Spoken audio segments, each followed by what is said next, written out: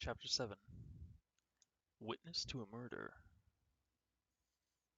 A year passed uneventfully, and Utterson scolded himself many times over for his alarm over Mr. Hyde and Dr. Jekyll. Therefore, the visit of Inspector Newcomen came as a great shock to Utterson, greater than if he had continued to expect the worst news from Jekyll during that year.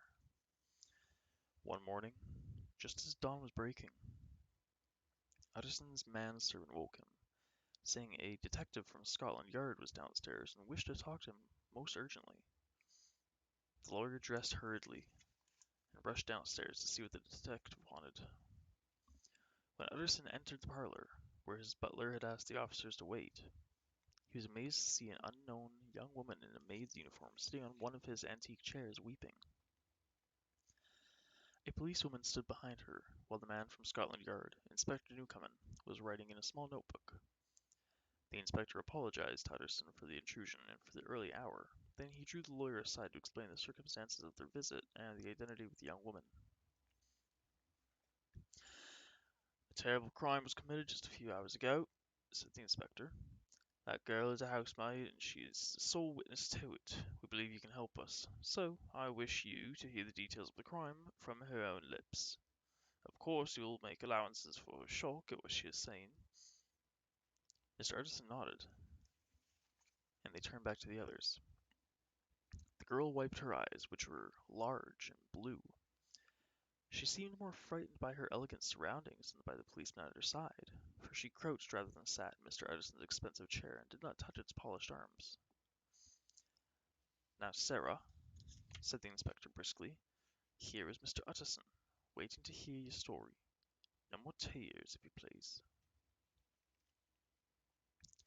Though her eyes had filled with tears again, Sarah choked back her sobs and said, "Yes, sir, I'll try, sir. I finished my duties and went to the room around 11 o'clock. Then, uh, while I was sitting at my window and looking at the moon, I saw this fine old gentleman walking toward—" Utterson interrupted. "You're looking at the moon, you say?" Sarah flushed. "Yes, sir. The river is down below the house, and the moon looks over so nice shining on it. It's like a picture in the storybooks I used to read at school." The inspector snapped his fingers impatiently. "All right, get on with it. You saw the victim approach?" Sarah nodded. A few tears escaped from her eyes. "He looked ever so fine, and yet I could tell he was a kind gentleman from the way he smiled at Mr. Hyde." "Mr. Hyde!" exclaimed Utterson. "Oh, it was Mr. Hyde right enough," said Sarah.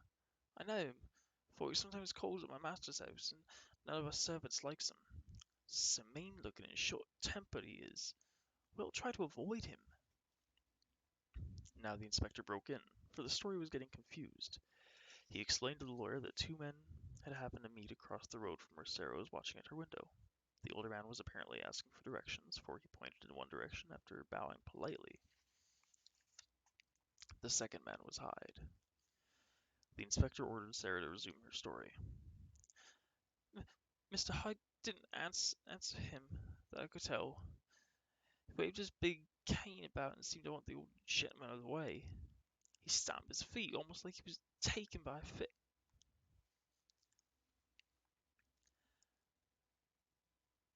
"Well, sir, the old gentleman was surprised, and he stepped back. I guess he was a little afraid. I know I was, and I was safe indoors. But as soon as he stepped back, Mr. Hyde was on him. He lifted up that cane and brought it down ever so hard on the gentleman's head. He hit him and hit him. When the gentleman fell down, Mr. Hyde hit him some more.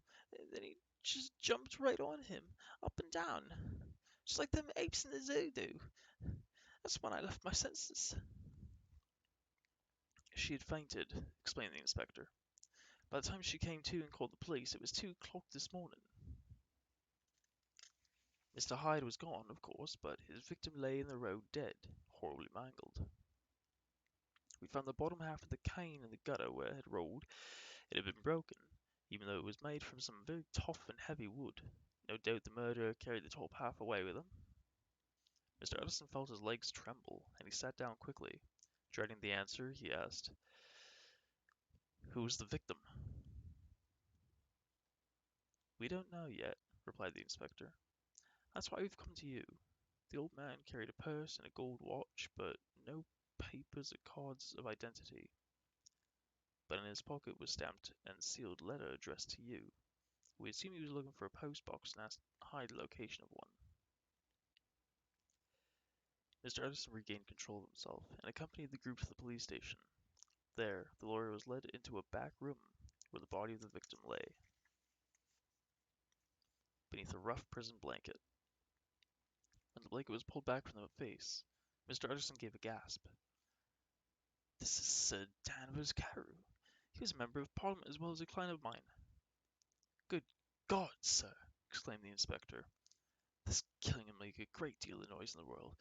It is fortunate that we already know the name of the murderer. All we have to do is find him." I just looked away from the corpse. "Perhaps I can help you there also," he said. "If he is the same Mr. Hyde that I am acquainted with, I have his address."